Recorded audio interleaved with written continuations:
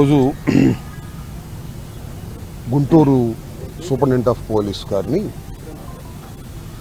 కలవాలనే ఉద్దేశంతో ఇద్దరు ఎమ్మెల్సీలు, నేను మాజీ మంత్రిని, ఇద్దరు పార్టీ ఇన్ఛార్జీలు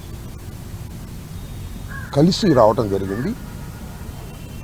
వచ్చే ముందు 2 రోజుల క్రితమే వారు అపాయింట్మెంట్ కావాలని వారు అడగటం, వారు ఈరోజు ఉదయం షార్ప్గా 4 గంటలకు రండి అని మాకు కబురు చేయడం జరిగింది. మేము కూడా చాలా షార్ప్గా 4 గంటలకు వచ్చాం. ఎస్పీ గారు షార్ప్గా 4 గంటలు లేకుండా వెళ్ళిపోయారు. ఇది చాలా దురదృష్టకరమని బాధతో చెప్తున్నాం. You have taken an appointment. మా దగ్గర రిప్రజెంటేషన్ తీసుకోవడానికి కూడా లోకేష్ పర్మిషన్ కావాలా, చంద్రబాబు నాయుడు గారు పర్మిషన్ కావాలా? యాక్షన్ తీసుకోవడం సంగతి దేవుడు ఎరుగు. అట్లీస్ట్ 2 రోజుల నుంచి మేము ప్రయత్నం చేస్తే 4 గంటలకి షార్ప్గా రమ్మని చెప్పి అంతకుముందు ఏమీ కవర్ చేయకోకుండా మేము 4 గంటలకు షార్ప్గా వస్తే మా రిప్రజెంటేషన్ తీసుకోవడానికి ఆయన లేకపోగా ఎడిషనల్ ఎస్పీకి ఇంట్రడ్యూస్ చేశారు, ఎండార్స్ చేశారు. That is okay. కానీ this is not the way. ఇద్దరు ఎమ్మెల్సీలు, మాజీ మంత్రి, బాధ్యత కలిగినటువంటి వ్యక్తులం మేము వచ్చినప్పుడు పోలీస్ ఈ విధంగా ప్రవర్తన చేయటం అంటే పోలీసింగ్ ఎలా ఉందో అర్థం చేసుకోండి. వాళ్ళ రాష్ట్రంలో 1 కాదు 2 కాదు అనేక ఉదాహరణలు చెప్పగలను. పోలీసింగ్ ఫెయిల్ అయిపోయింది అని. మీకు సరే అన్ని జోలికి వెళ్ళను, కానీ అసలు మేము వచ్చింది ఎందుకు? 27వ తారీఖున మేమందరం అమరావతి రైతులను పరామర్శించడానికి ఉండవల్లి వెళుతుంటే మధ్యలో దారి కాచి మా కార్లు పగలగొట్టి మమ్మల్ని కొట్టడానికి ప్రయత్నం చేసి దౌర్జన్యం చేసి వెనక్కి తిరిగి వచ్చేసాం. ఏం జరిగిందో తెలుసుగా? మా మీద కేసులు పెట్టారు. ఎస్సీ ఎస్టీ అట్రాసిటీస్ కేసు పెట్టారు మా మీద. మమ్మల్ని అడ్డగించిన వాళ్ళు. మేమేదో కంప్లైంట్ ఇస్తే అది విడిపెట్టారు. ఆ తర్వాత మొండితోక అరుణ్ గారు, డైమండ్ బాబు గారు అక్కడే ఉన్నారు స్పాట్లో. వాళ్ళు మేము కూడా 2 కంప్లైంట్స్ ఇచ్చాం ఆ నెక్స్ట్ రోజు. చిత్రం ఏంటి తెలుసా? ఆ కంప్లైంట్లు ఇస్తే కంప్లైంట్కి రిసిప్ట్ ఇవ్వడానికి తిరస్కరించారు పోలీస్ స్టేషన్లో. ఎమ్మెల్సీ వెళ్ళి అడిగితే తిరస్కరించారు. ఏం జరుగుతుంది ఈ రాష్ట్రంలో? అంటే police is violating the rules. ఎవరైనా ఈ రాష్ట్రంలో వెళ్ళి పోలీస్ స్టేషన్లో కంప్లైంట్ ఇస్తే వెంబటే రిసీట్ ఇవ్వాలి. That is the rule. అరే ఒక ఎమ్మెల్సీ వెళ్ళి అడిగితే మేము పైన కనుక్కోవాలండి, మా ఎస్పీ గారిని కనుక్కోవాలండి, మా ఐజీ గారిని కనుక్కోవాలండి, అప్పుడే ఇస్తామని ఇవ్వడా?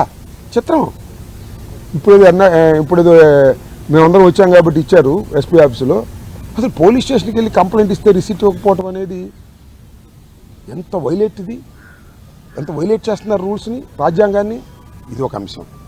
రెండో అంశం ఏంటంటే, సరే మేము ఇచ్చిన కంప్లైంట్స్ రీచ్ చేస్తారా లేదా పక్కన పెడదాం. మా మీద కేసు పెట్టారు, ఎస్సీ ఎస్టీ అట్రాసిటీస్ కేసు. అసలు ఎక్కడ కులదోషం లేదు, పెట్టారు. పెట్టారు. మేము ఇచ్చింది కూడా తూతూ మందని కంప్లైంట్ చేశారు. నేను ఇక్కడ అడుగుతా ఉన్నా, ఒక పోలీస్ కానిస్టేబుల్ మీద బందోబస్తుకు వచ్చినటువంటి వాటి మీద అతని మీద పెద్ద రాయబడింది. 7 కుట్లు పడ్డాయి. 14 కుట్ల 14 కుట్లు పడ్డాయి. కేసు రిజిస్టర్ చేయలే. నిజం ఇది. No case has not been registered till now. ఆ కేసు చేయలే. ఎందుకంటే దే నోస్ ఆ రాయి ఎవరు విసిరారో చాలా స్పష్టంగా కనిపిస్తుంది. ఎవరో కిరణ్ అనే అతను రాయి విసిరాడు. ఎవరి మీద విసిరాడు? గుంపు మీద విసిరాడు. సమయానికి అతను తలకు తగిలింది. కేసు రిజిస్టర్ చేయలే. ఏం జరుగుతుంది రాష్ట్రంలో? కానిస్టేబుల్కి దెబ్బ తగిలి 14 కుట్లు పడితే కేసు రిజిస్టర్ చేయకోకుండా తప్పుకుపోయారంటే అసలు లా అండ్ ఆర్డర్ను మెయింటైన్ చేయడానికి ఉన్నారా పోలీసులు? లేదా అని నా ప్రశ్న. ఇక్కడ ఎంత ప్రమాదం దేశానికి, ఈ రాష్ట్రానికి. కొన్ని కేసున రిజిస్టర్ చేయండి అయ్యా. ఆ కిరణ్ పెట్టమాకండి. A1 అంబటి రాంబాబుని పెట్టండి, రాయిసింది నేనేనండి. ఆ విజువల్స్ తీసేసి తలకాయ, ఆ కిరణ్ తలకాయ నా తలకాయ పెట్టండి. A1 Ambati Rambabu, A2 Mondithoka, A3 Appireddy, A4 diamond Babu ఉన్నాగా. అదన్నా పెట్టండి. పోనీ కనీసం కేసన్నా పెట్టారు పోలీసులు కొడితే అని అనుకుంటారు. ఏమిటో ఈ అన్యాయం నాకు అర్థం కాలేదు. ఈ అన్యాయాన్ని ప్రశ్నించకూడదా? ప్రశ్నించడానికి మేము రాకూడదా?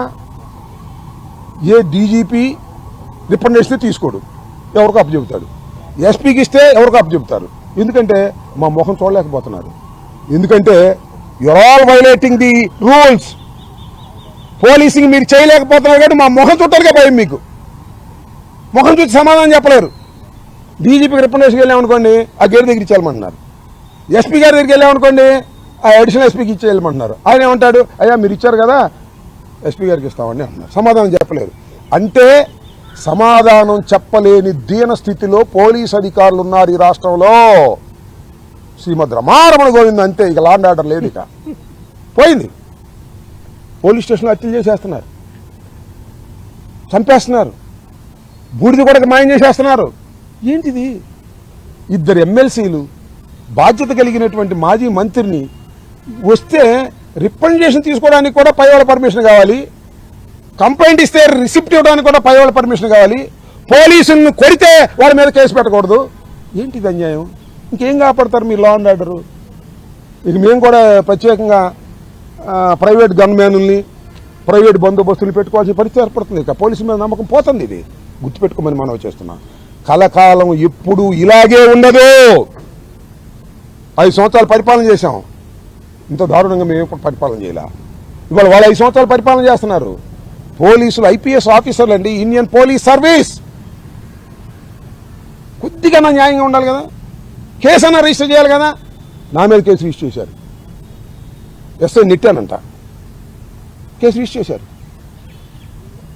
మరి మొన్న ఆ రావుల ఎవరిన పట్టుకెళ్ళారుగా, పోలీస్ స్టేషన్ మీద దాడి చేశారయ్యా జనసేన వాళ్ళు.